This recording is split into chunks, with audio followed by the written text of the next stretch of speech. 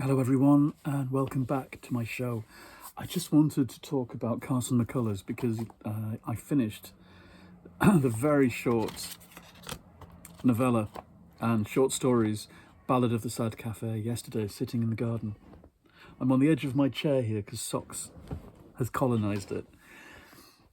On a superbly sunny afternoon, I sat and read this book, which I first read 35 years ago, and it all came back to me, which was so peculiar to have had that story in my head the whole time. I tried to explain it to Jeremy when he came home in the early evening about the fact that it's this terrible, fly-blown, windswept, empty, dismal town in the middle of nowhere. And there's I've forgotten her name, Miss Amelia, who's kind of rangy and mannish and wears overalls and looks after this place by herself.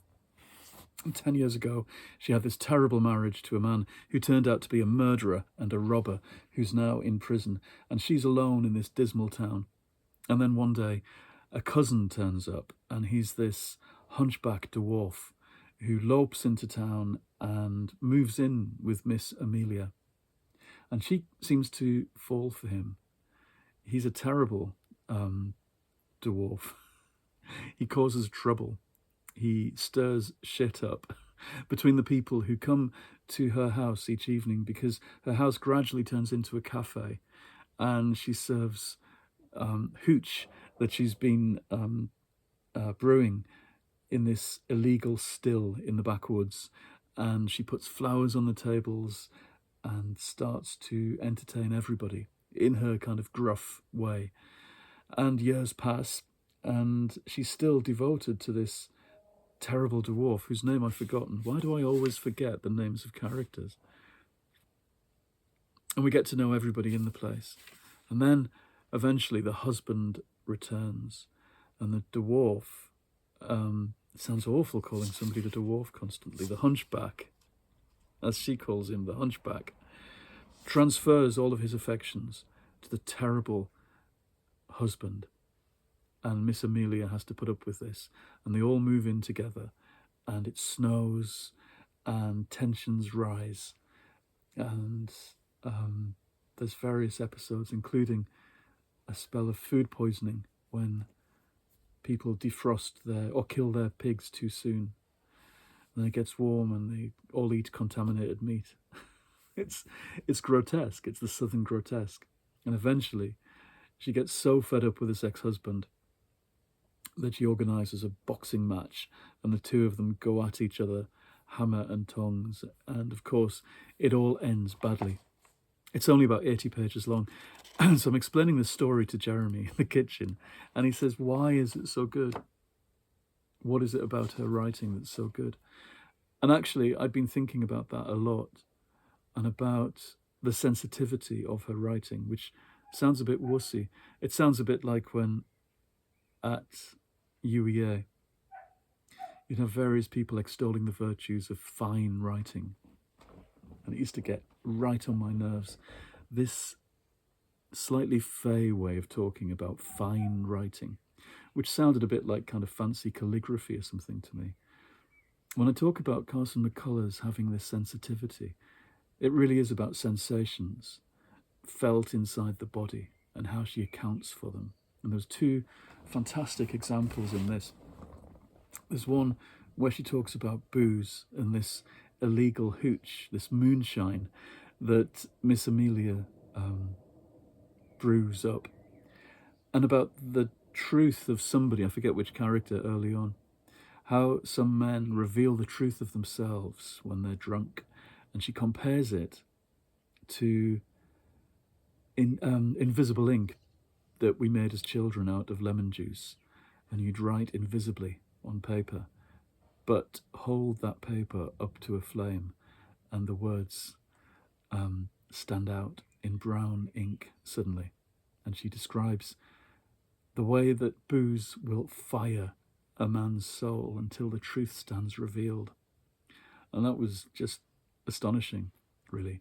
Elsewhere, she writes about booze in some of the later short stories, The Domestic Problem, I think it's called, a domestic dilemma at the end about a man who discovers his wife and knows that his wife is an alcoholic, and it's about them and their children. Again, a beautiful short story where nothing is resolved, nothing's sorted out, there's no big dramatic moment, at least no big dramatic payoff, and things fudge along messily as usual at the end. I think in this world where, as a writer, you have to shove yourself before gatekeepers all the time, editors, producers, the whole lot, and account for your story from beginning to end and what the emotional payoff is and what they've all learned, all that crap, all that easy crap, really. It's turning everything into morality tales. People change and become better people. Well, they don't in real life, and Carson McCullers knew that back in her day.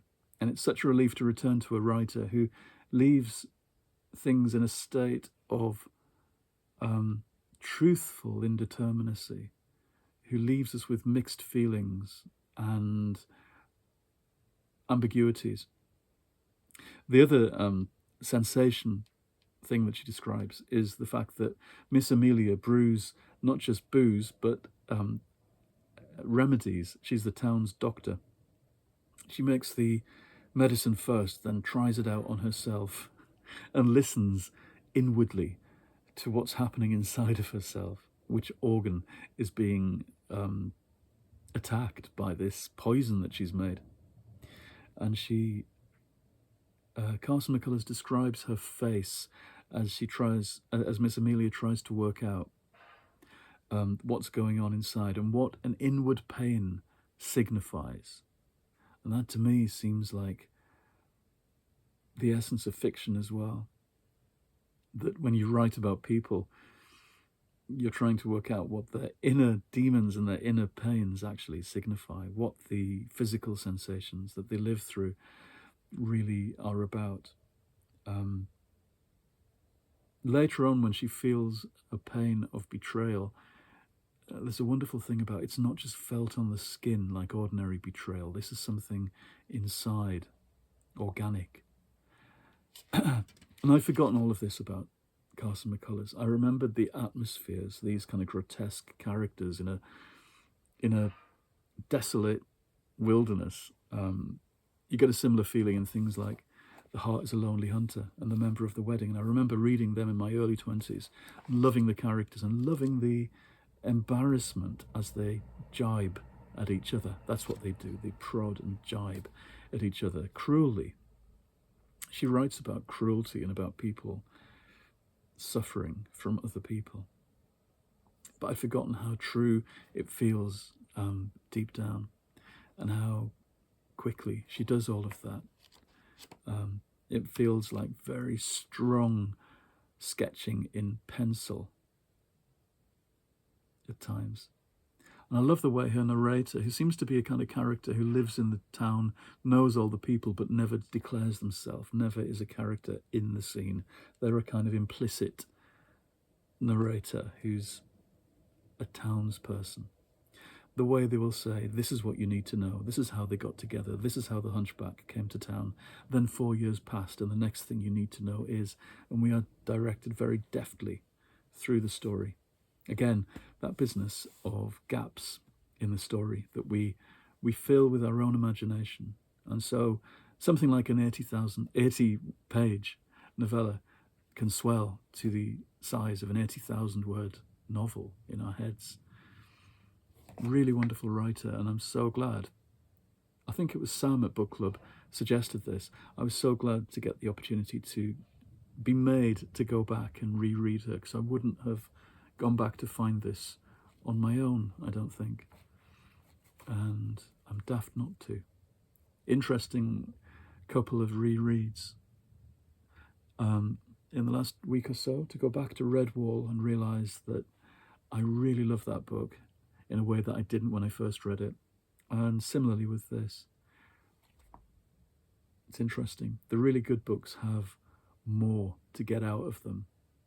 So we have to keep them, and we have to read them again. We just have to make sure we make the time to work out what it is that's so good about them. Okay, I shall go. I'm on with a point fantasy.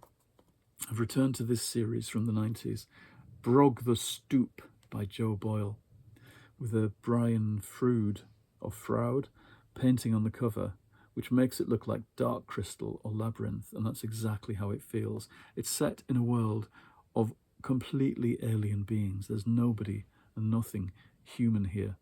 Reminds me a bit of reading William Cotswinkle's E.T. in the Book of the Green Planet all those years ago in 1985, where we went to E.T.'s planet and it's filled with alien creatures who are plants, who are rocks, the jellies, lizards, all kinds of creatures.